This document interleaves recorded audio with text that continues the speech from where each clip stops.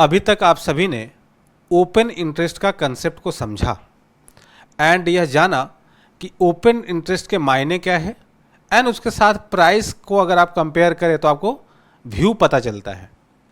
तो generally derivative में दो इंस्ट्रूमेंट होता है, एक फ्यूचर्स एंड एक ऑप्शंस।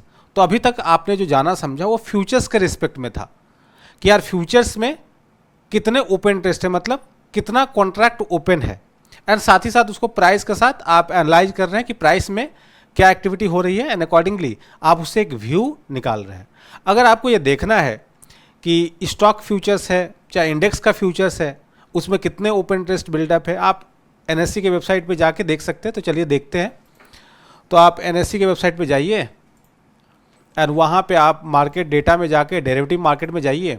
मैं फुल स्क्रीन कर दे रहा हूँ एंड वहाँ पे जाके आप यहाँ पे सिलेक्ट कर लीजिए लेट्स से स्टॉक फ्यूचर्स, और यहाँ पे कोई भी स्टॉक फ्यूचर्स जैसे जो भी एफएनओ में है उसमें क्लिक करके आप जैसे टाटा मोटर्स पे आपने क्लिक किए तो यहाँ पे आपको इसका दिख जाएगा एक्टिविटी। तो आज देखिए प्राइस आज गिरा है, साथ ही साथ अगर ओपन इंटरेस्ट की बात करें तो यहाँ पे चेंज इन ओपन इंटरेस्ट में 12% आपका बढ़ा है आज।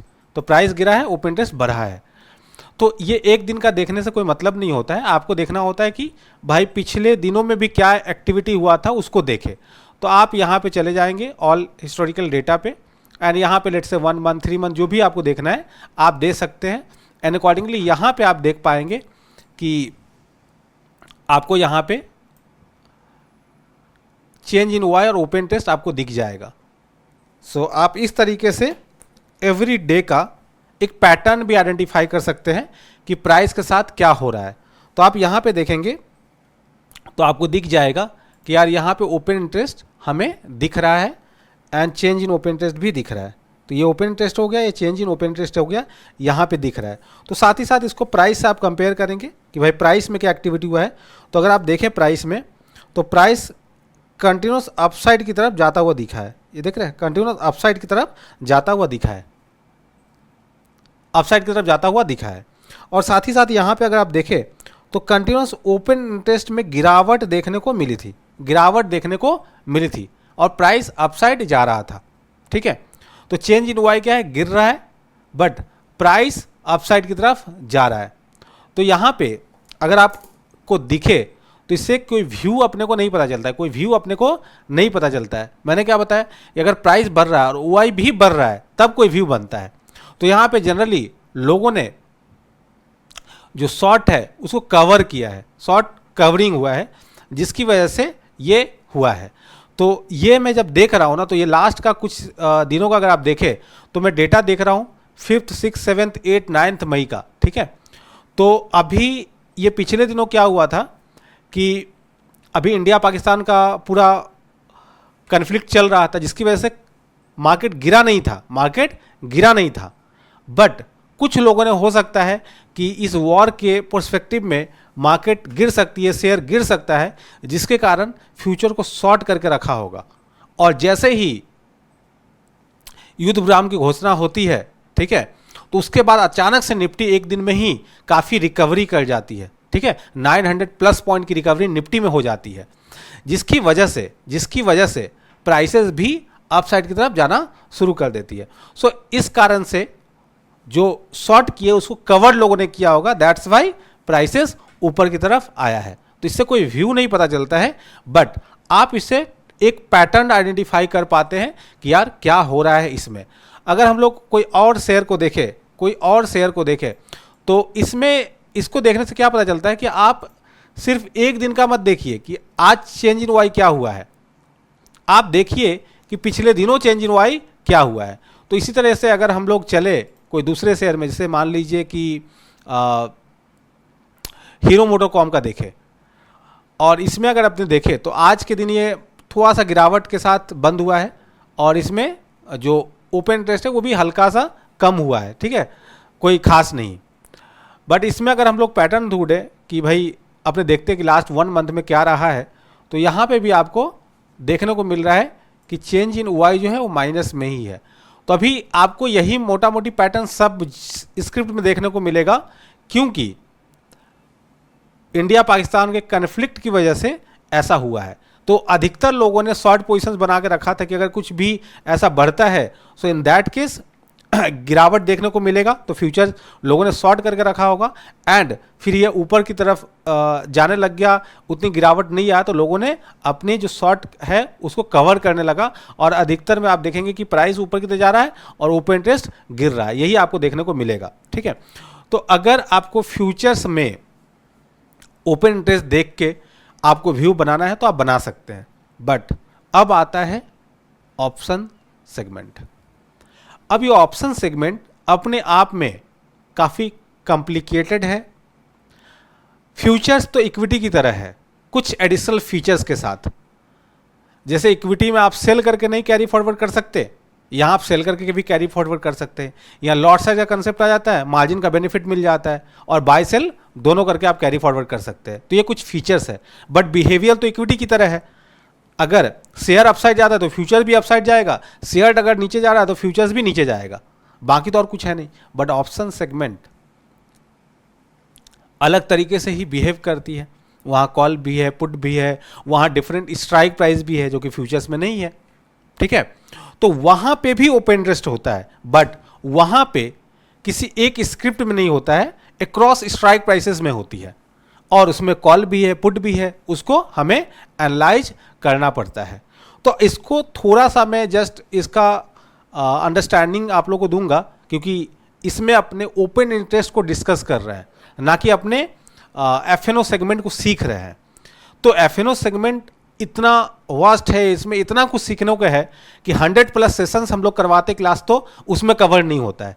तो इस 2-3-4 सेशन में कैसे कवर हो सकता है। तो यहाँ पे सिर्फ अपने एफएनओ का एक ओपन इंटरेस्ट कंसेप्ट को सीखने में 3-4 सेशन दिए हैं। बट अगर आपको एफएनओ पूरा एकदम बेसिक से सीखना है तो 100+ सेशंस लगेंगे। ठीक है, और जो हम लोग अपने प्रोग्राम में करवाते हैं। तो अब यहाँ पे थोड़ा सा मैं आपको ऑप्शंस का जो डिफरेंट स्ट्राइक प्राइसेस है उसमें ओपन इंटरेस्ट के मायने समझाता हूं और वहां से थोड़ा सा आपको समझ में आएगा। तो चलिए अपने उसको देखते हैं। तो मैं स्क्रीन शेयर कर रहा हूं एंड अकॉर्डिंगली यहां पे अपने चलिए देखते हैं कि अगर अपने को ओपन इंटरेस्ट एनालाइज करना है ऑप्शंस में, तो देखिए क्या होता है कि ऑप्शंस में स्ट्राइक प्राइस का कंसेप्ट होता है। तो स्ट्राइक प्राइस मतलब क्या हो गया कि आप डिफरेंट लेवल्स ऑफ प्राइसेस को आप वहां से पोजीशंस ले सकते हैं। अगर आपको लेट्स से बुलिश व्यू है तो फ्यूचर्स में तो आपको फ्यूचर्स बाई करना होगा, बट ऑप्शंस में आप कॉल ऑप्शन बाई कर सकते हैं। बट कॉल ऑप्शन भी डिफरेंट स्ट्राइक प्राइसेस की बाई कर सकते हैं, जो आपको लगता है कि भाई जितना ज़्यादा आपको प्रॉफिट करना है, वहाँ एक डेल्टा कंसेप्ट होता है। सो डेल्टा के आधार पे आप ओआई को ओपन इंटरेस्ट के आधार पे और डेल्टा के आधार पे आप स्ट्राइक प्राइस देखते हैं कि भाई कौन से स्ट्राइक प्राइस में ओपन इंटरेस्ट कितना है एंड अकॉर्डिंगली उसमें मुझे पोजीशंस लेना है नहीं लेना है। तो यहाँ पे एक डेल्टा के आधार पे हम लोग स्ट्राइक प्राइस को सिलेक्ट करते हैं। अगर कॉल ऑप्शन बाई ही करना है तो एटीएम करूं, ओटीएम करूं, आईटीएम करूं, ये सब भी होता है। तो यहाँ पे अपने मैं मान के चल रहा हूँ कि ये सब आता होगा, तभी अपने ओपन इंटरेस्ट डिस्कस कर रहे हैं। तो ऑप्शन में क्या होता है कि लेट्स से एक स्ट्राइक प्राइस है इस तरह का स्ट्राइक प्राइस, और राइट साइड में पुट रहता है और लेफ्ट साइड में कॉल रहता है। और लेट्स से निफ्टी अगर 24,000 पे ट्रेड कर रही है तो 24,000 हो गया आपका एटीएम स्ट्राइक प्राइस। ठीक है, 24,000 हो गया एटीएम स्ट्राइक प्राइस। इससे लोअर स्ट्राइक प्राइस में इंटरवल ले लेता हूँ 100 का, ऐसा तो 50 का होता है। तो मान लीजिए मैं यहाँ पे 23,900, 23,800, 23,700, 23,600, 23,500, इस तरह से स्ट्राइक प्राइस रहती है। ऊपर साइड भी रहती है 24,100, 24,200, 24,300। ठीक है, इस तरह से स्ट्राइक प्राइस रहती है। सो इसको हम लोग क्या बोलते हैं, जहाँ पे भी निफ्टी है अभी स्पॉट, अगर उस जगह पे है तो इसको हम लोग एटीएम बोलते हैं, एटीएम। ठीक है, एटीएम।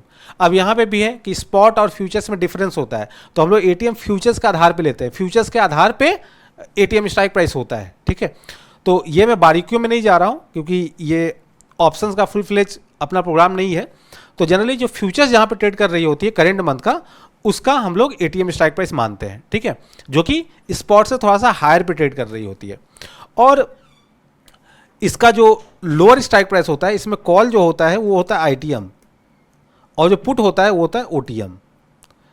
उसी तरीके से हायर स्ट्राइक प्राइस पे जो कॉल स्ट्राइक प्राइस की होती है वो होता है ओटीएम, और पुट को हम लोग बोलते हैं आईटीएम, ठीक है, आईटीएम स्ट्राइक प्राइस। तो इस तरह का होता है। तो यहाँ पे क्या होता है ना कि प्रत्येक लेवल्स पे, प्रत्येक स्ट्राइक प्राइस पे ना ओआई होता है, प्रत्येक स्ट्राइक प्राइस पे ओआई होता है। मतलब इस पे भी लोगों का पुट का पोजीशन है, कॉल का है, इस पे भी पुट का है, कॉल का है। तो इस तरह से प्रत्येक स्ट्राइक प्राइस पे ओआई रहता है, इस तरह से दिया रहता है, ठीक है। और उसी तरह से कॉल साइड में भी ओआई रहता है। तो लोगों ने एवरी स्ट्राइक प्राइस पे पोजीशंस बनाया हुआ है, किसी ने कॉल में, किसी ने पुट में। अब कॉल में भी कोई बाई किया होगा, कोई सेल किया होगा, पुट में भी कोई बाई किया होगा, कोई सेल किया होगा। तो इस तरह से हमें वहां पे एक ऑप्शन टेबल दिखता है, ऑप्शन चेन हम लोग जिसको बोलते हैं वो दिखता है। एंड अकॉर्डिंगली यहां पे हमें देखना होता है कि भाई कौन से स्ट्राइक प्राइस पे पुट में या कॉल में काफ़ी ज़्यादा ओपन इंटरेस्ट बिल्डअप है।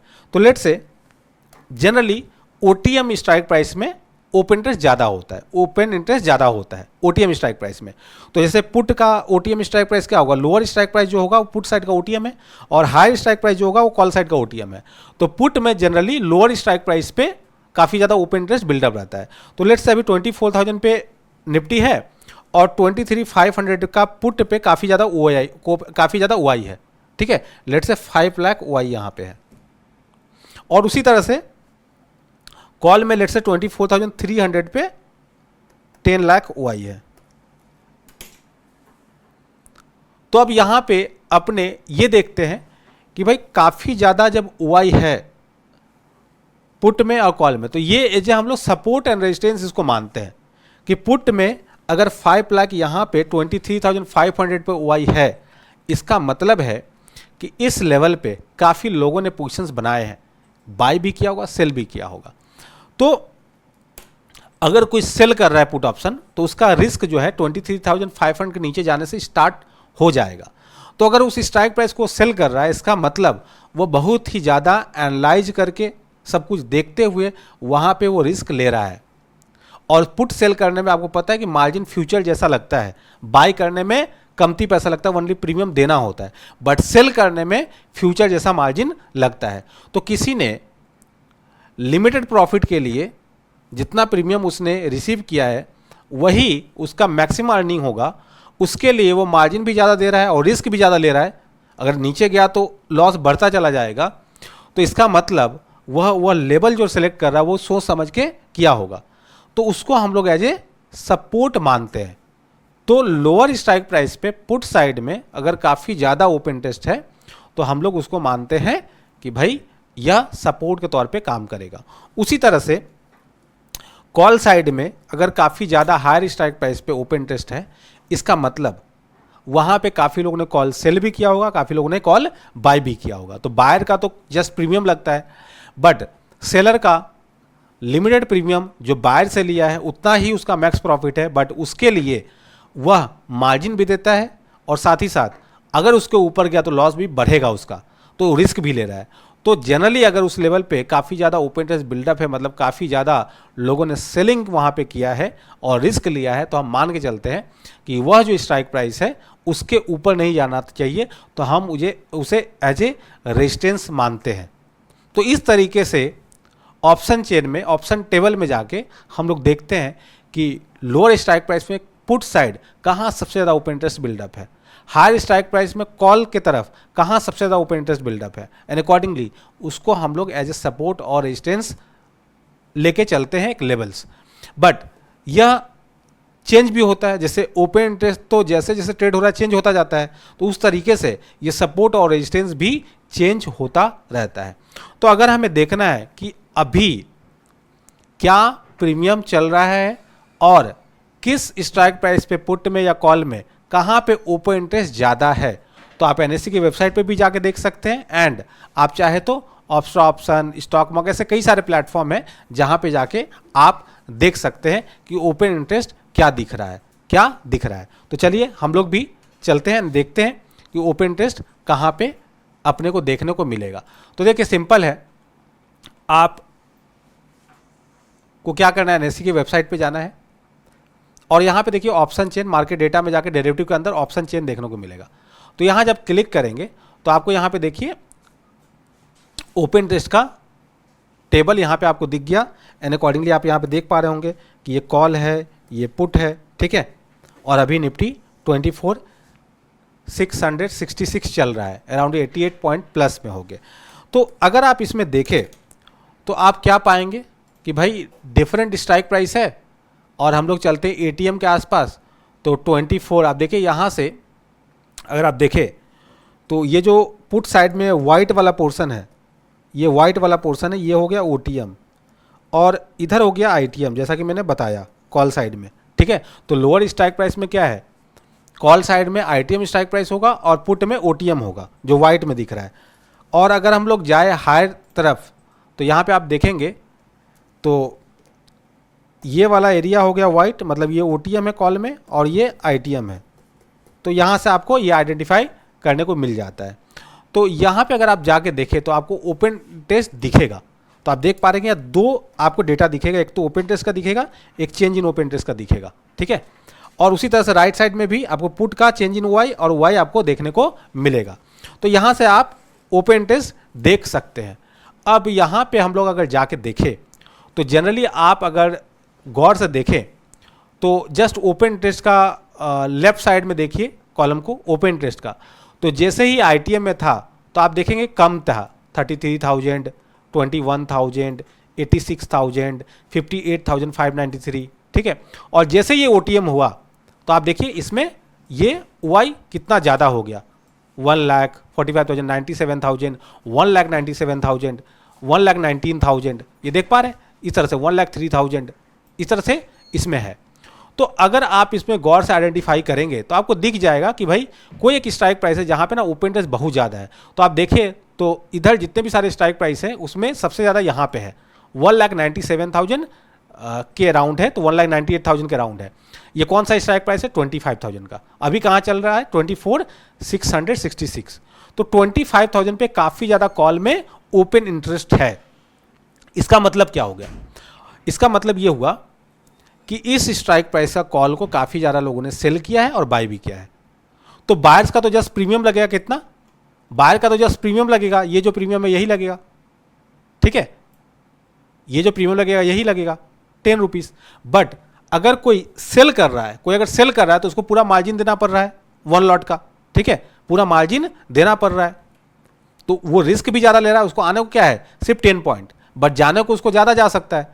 तो अगर यहाँ पे ऑप्शन राइटर्स ने सेल किया है तो रिस्क भी ले रहा है, मार्जिन भी ज़्यादा दे रहा है, तो इसका मतलब उसने सोच समझ के लिया होगा। तो हम ये मानते हैं कि एज ए रेजिस्टेंस के तौर पे काम करेगा, मतलब 25,000 के ऊपर निफ्टी नहीं जाना चाहिए।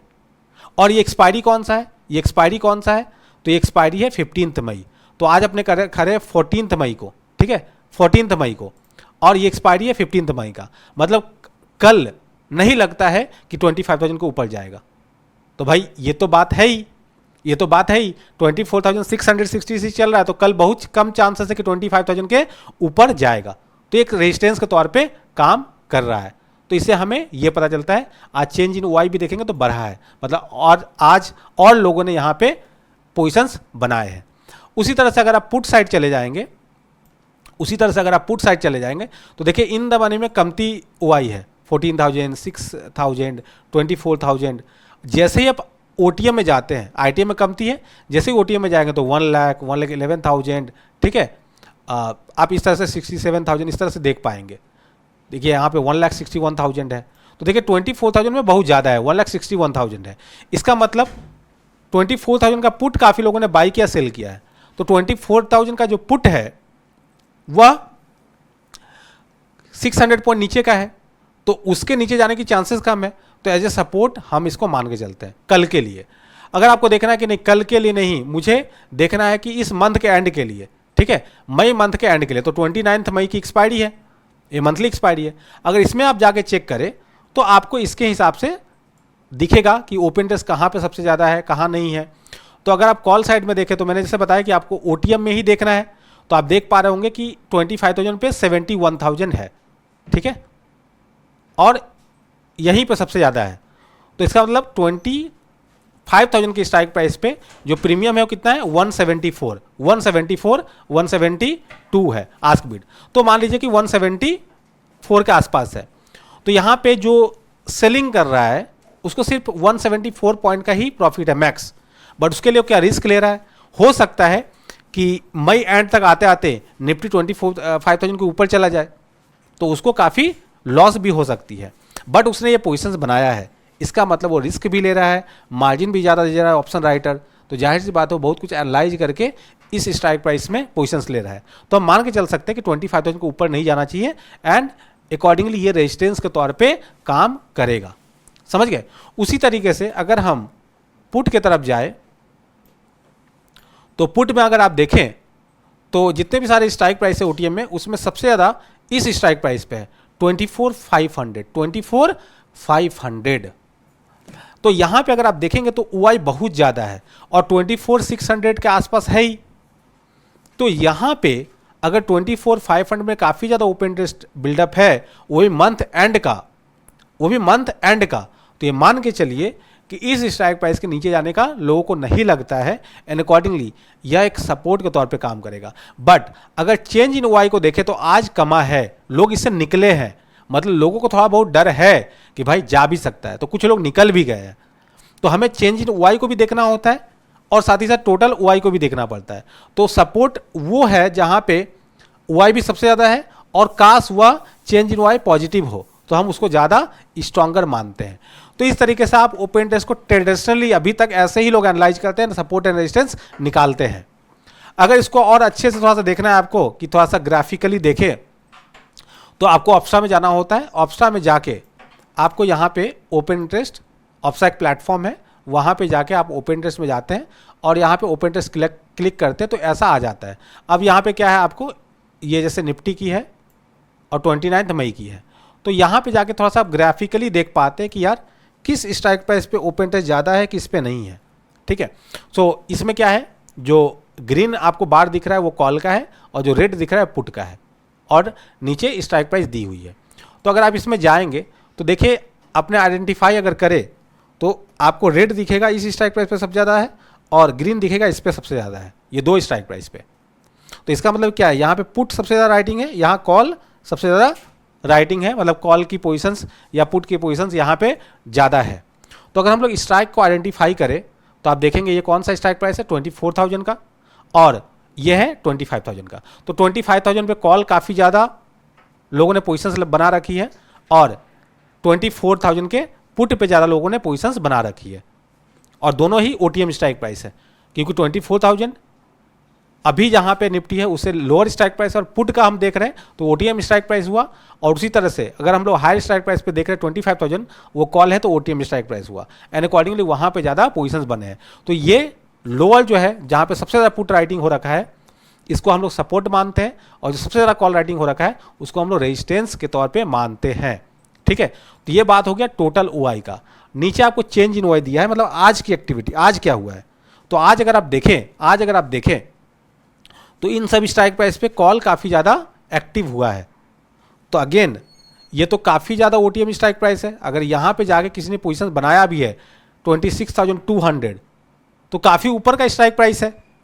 तो यहाँ पे अगर किसी ने पोजीशन बना भी लिया है तो उसे कोई मायने ही नहीं है, ठीक है। काफ़ी लोअर स्ट्राइक प्राइस, यहाँ पे जाके 22,000 पे पुट में लोगों ने कुछ पोजीशंस बनाया है तो इसे कोई मायने ही नहीं है, क्योंकि काफ़ी नीचे स्ट्राइक प्राइस है।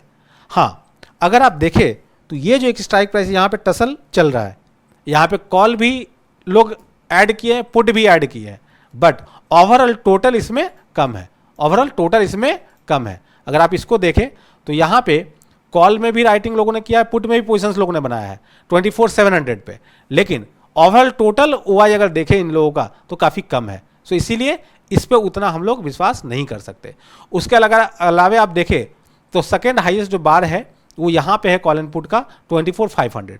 तो ये रियली थोड़ा सा टसल वाला एक्टिविटी है, जहाँ पे अगर पुट में ओआई है कोई बात नहीं है, पुट में इतना ओआई है कोई बात नहीं है, बट कॉल में, कॉल के लिए 24,500 तो in the money strike price हो गया, कॉल में 24,500 तो in the money strike price हो गया। तो ये थोड़ा सा अलार्मिंग है कि इन द मनी में कौन से ऐसे लोग हैं जो पोजिशंस लेके अभी रखे हुए हैं। ऑल्दो आज अगर आप देखें तो इस स्ट्राइक प्राइस से कॉल और पुट से लोग निकले हैं, चेंज इन ओआई ये दिखाता है, बट कमती है।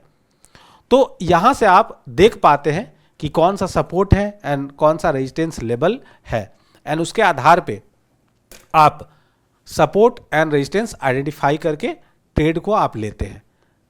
एंड यहां से कोई डायरेक्शन वाइज पता नहीं चल रहा है। देखिए अब यहां पे क्या है ना कि आपने ओपन टेस्ट तो देख लिया, बट अगर मैं आपको एक चीज बताऊं, ठीक है, कि भाई अगर मान लीजिए 24,000 पे निफ्टी चल रहा है, मान लीजिए अभी निफ्टी 24,000 पे है, ओके, और किसी ने जाके 26,000 का कॉल सेल कर दिया,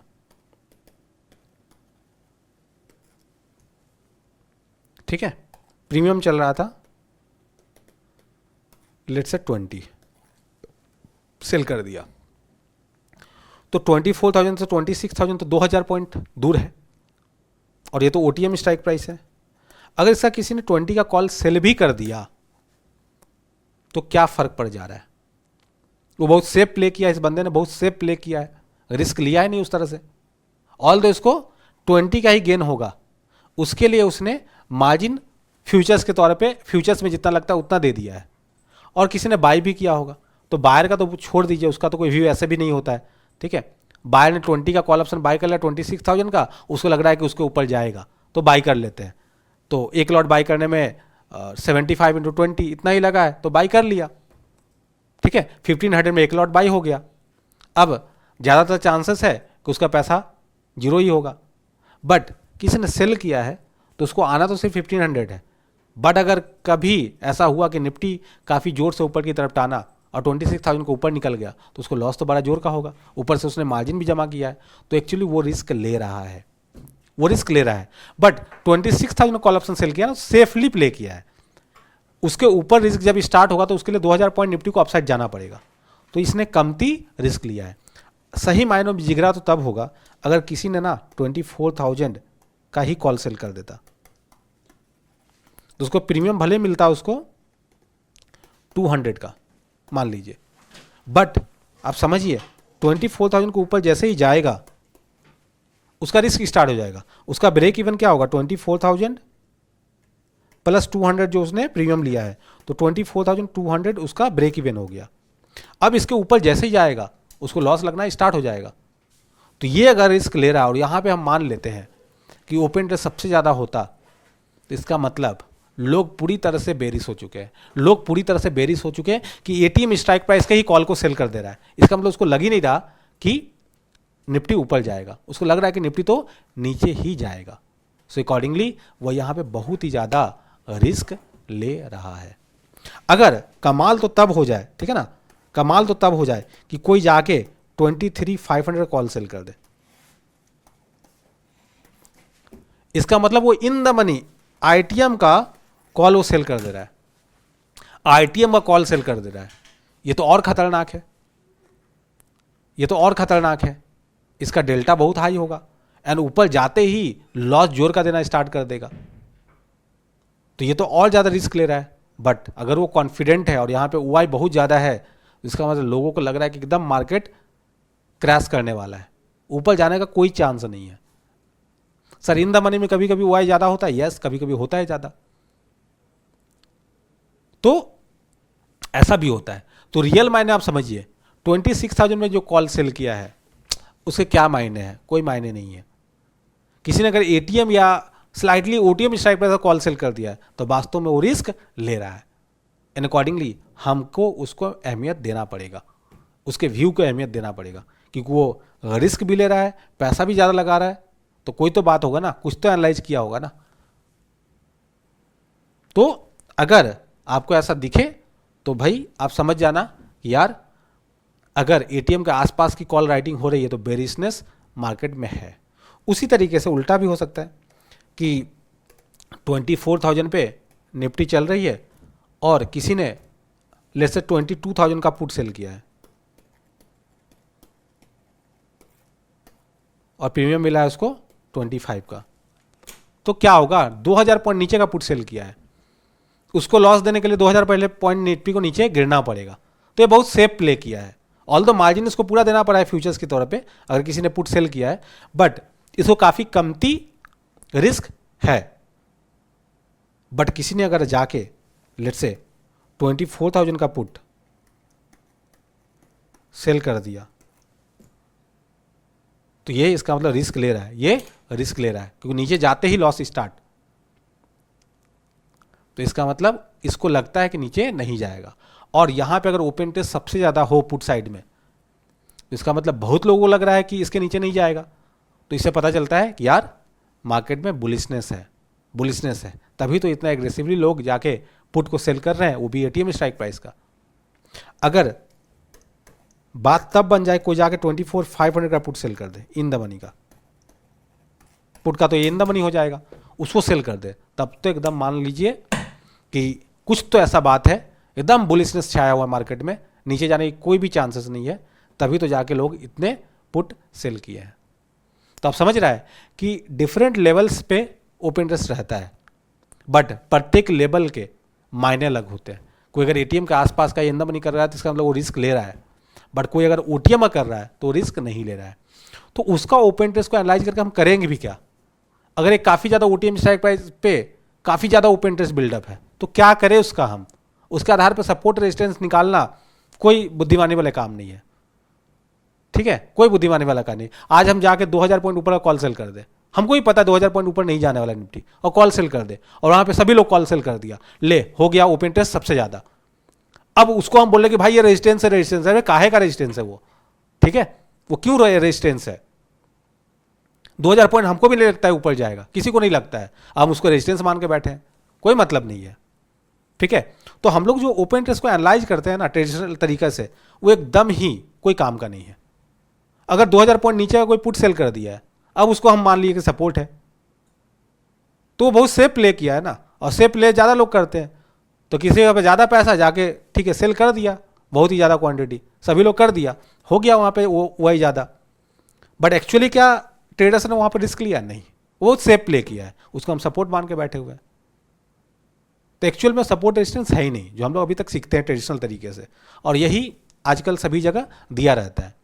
तो इस तरह से एनालाइज करने का कोई मतलब ही नहीं होता है।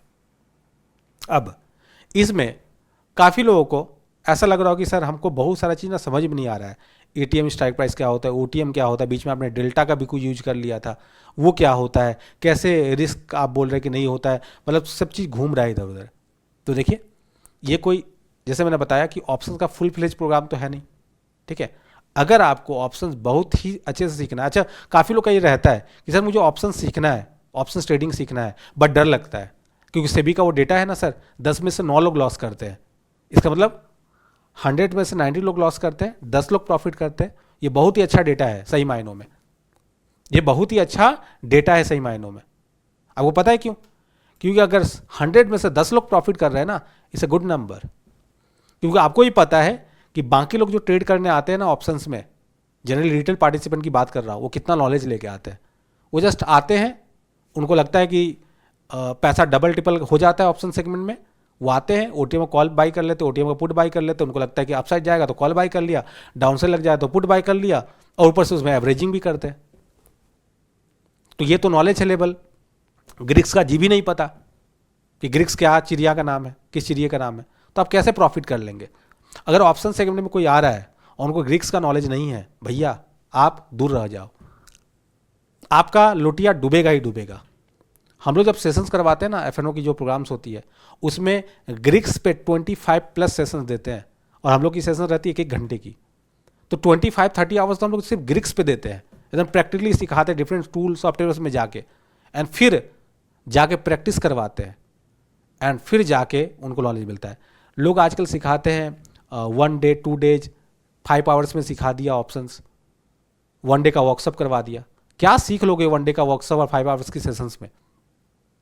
हम लोग प्रोग्राम कराते तो 6-6 महीने लगते हैं, फिर भी लगता है कि कम ही हुआ है और बताते हैं। तो 6-6 महीना में सिखाते हैं, 100+ सेशंस, 120-30 घंटे लग जाते हैं पूरे प्रोग्राम को करवाने में। तब जाके कहीं ना कहीं जो पार्टिसिपेंट होता है वह थोड़ा सा कॉन्फिडेंट फील करता है। ग्रिक्स जब तक आपके दिमाग में नहीं घूमेगा ना, अगर आप ऑप्शंस में कुछ भी बात कर रहे हो, कुछ भी डिस्कस करो, कुछ भी स्ट्रैटेजी बना रहे हो, तब तक कोई मतलब नहीं है आपको ऑप्शंस में आने के लिए। तो ये बहुत ही रिस्की सेगमेंट है, उसको आपको समझना चाहिए एंड उतने ही शिद्दत के साथ और सिंसेरिटी के साथ, एकदम सीरियसनेस के साथ इस मार्केट में आना चाहिए, वरना नहीं आना चाहिए। अब बैक टू ओपन इंटरेस्ट। तो ओपन इंटरेस्ट में ये तो एक ट्रेडिशनल तरीका था जो मैंने बताया कि किस कारणों से वो वर्क नहीं करती है। आपने भी देखा होगा कि इसके आधार पर सपोर्ट रेजिस्टेंस आइडेंटिफाई करते हैं, वो वर्क ही नहीं करता है। तो करने का सही तरीका क्या है, तो मैं नेक्स्ट सेशन में इसी को समझाऊंगा कि अभी तक जो आप ओपन टेस्ट को एनालाइज करते आए हैं ट्रेडिशनल तरीके से, वो क्यों वर्क नहीं करती है और आपको रियली कैसे ओपन टेस्ट को एनालाइज करना है। तो चलिए मिलते हैं नेक्स्ट सेशन में और वहाँ पे समझते हैं कि ओपन टेस्ट को ग्रिक्स के सहारे कैसे एनालाइज किया जाता है। इसके लिए ऑप्शन ग्रिक्स का नॉलेज होना पड़ेगा, वो आना चाहिए। अगर ऑप्शन ग्रिक्स का नॉलेज नहीं है तो फिर समझ में आएगा कि क्या है, कैसे निकालते हैं, बट उसका अगर अंडरस्टैंडिंग हो तो बेटर है। किसी को अगर अंडरस्टैंडिंग नहीं है और अच्छे से ऑप्शंस को सीखना चाहते हैं तो हमारे मेंटरशिप प्रोग्राम को भी आप ज्वाइन कर सकते हैं। तो चलिए मिलते हैं नेक्स्ट सेशन में।